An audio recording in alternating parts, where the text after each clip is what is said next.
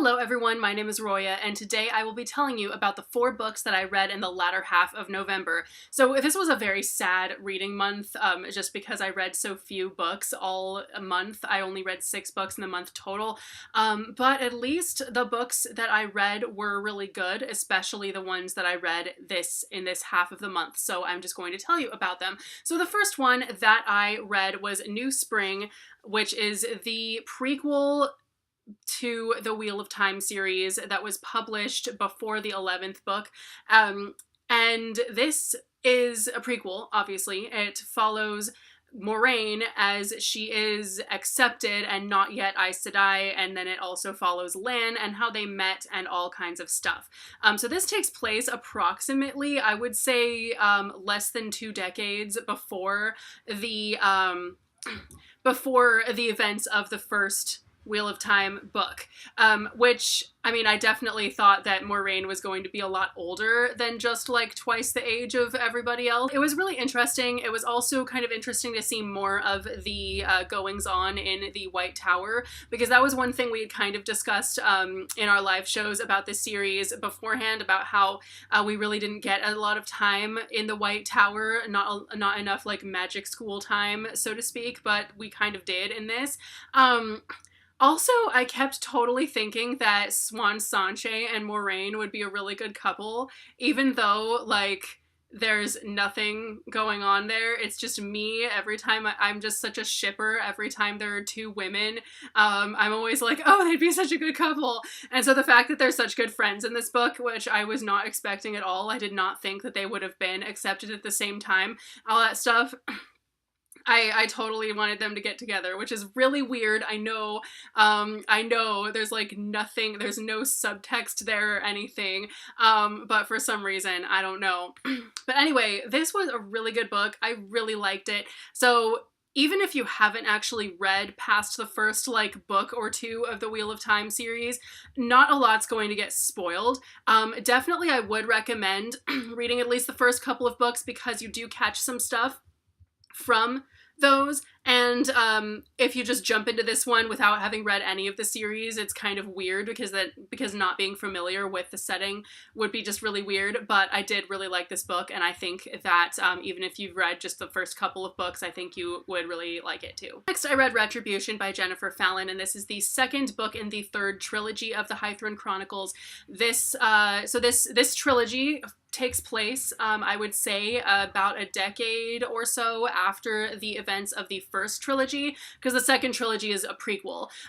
But anyway, so we do get a lot of our same main characters, but also we have some new ones. So this series mainly follows, this 3rd trilogy mainly follows these 2 sisters who are the kid sisters of Princess Adrena.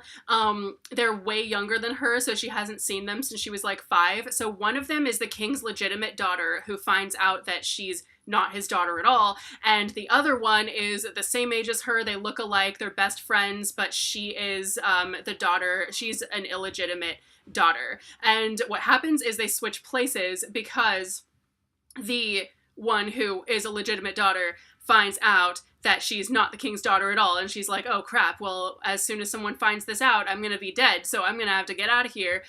Hey, sister, don't you want to be like a real legitimate princess? You should totally take my place and go marry this old guy in my place, and blah blah blah. So that happens, and they fool, like, the one who's an illegitimate daughter totally fools everyone into thinking that she is her sister, because Adrena is the only one who's really met them before, and she hasn't seen either of them since they were like 5 or something. I absolutely love this series, so I'm going to rave about like every single book. So I really did love this one as well. This one is no exception, but I did think that it's the first one in this trilogy was a lot better. It was definitely my favorite so far. This one was also just as gripping, but there were some things that happened that just felt a little bit too convenient, and I thought it seemed a little bit out of place. But as usual, I love this world. I love everything about the series. It's so incredible, and if you are not reading this series, get on it, seriously. The first book is Medallon, and you need to go read it. So I will be doing, now that I've read the whole High Throne Chronicles besides the third book in this trilogy, since that one's only released in Australia so far, and I can't seem to find anyone on eBay that will sell it or anything like that.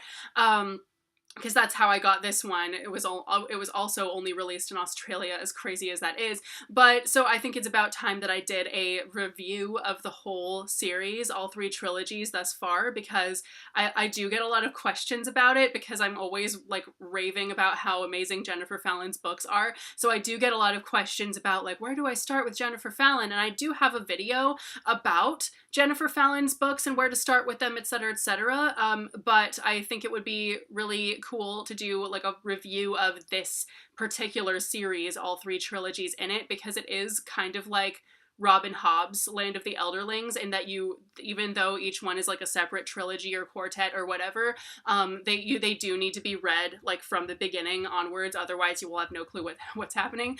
Anyway, the next book that I read is Threadwalkers by Joanna Volovka, and this was sent to me by the author in exchange for an honest review, and this is like, this cover is completely white, so you can't really even see it on this screen. It's kind of insane, but anyway, I really liked this book. This is about a girl whose father died about 6 months ago in a plane crash, and then suddenly she finds out that A, she's a time traveler, and B, someone's trying to like erase her life and edit her life. And so she basically gets home from a friend's house one day after celebrating her birthday and spending the night at a friend's house. She gets home and her father has actually been dead for a lot longer, like since she was 5 or something. And then her cat is a totally different cat, and she's like, what is going on here? And then her best friends have no idea who she is, and then no one at school seems to know who she is. And so it basically sends her on this crazy adventure. So this book was the most gripping book that I've read in a while. I could not put it down. Like, it was non-stop, holy crap, at like not just action, but like conflict. Like, oh no, how do I get away? How is she gonna get out of this one? Oh no, like the entire time. And I was going, holy crap, and I could not stop reading.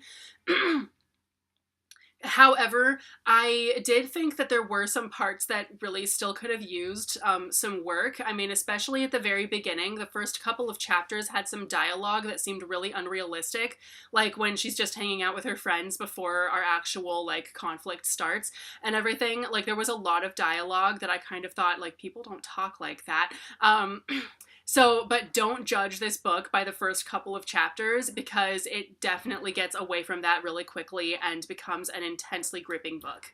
And lastly, I read Beast Made of Night by Toshi Onyebuchi. This is set in a Nigerian-inspired world, and it's about a boy who is one of several kids who eats sins that kind of come out in the form of like spiders, lions, whatever. And I really liked the world building of this. I thought it did seem really cool. The only thing that I had an issue with kind of was the pacing. I thought that the pacing was really weird, and the conflict like didn't really start until halfway through the book.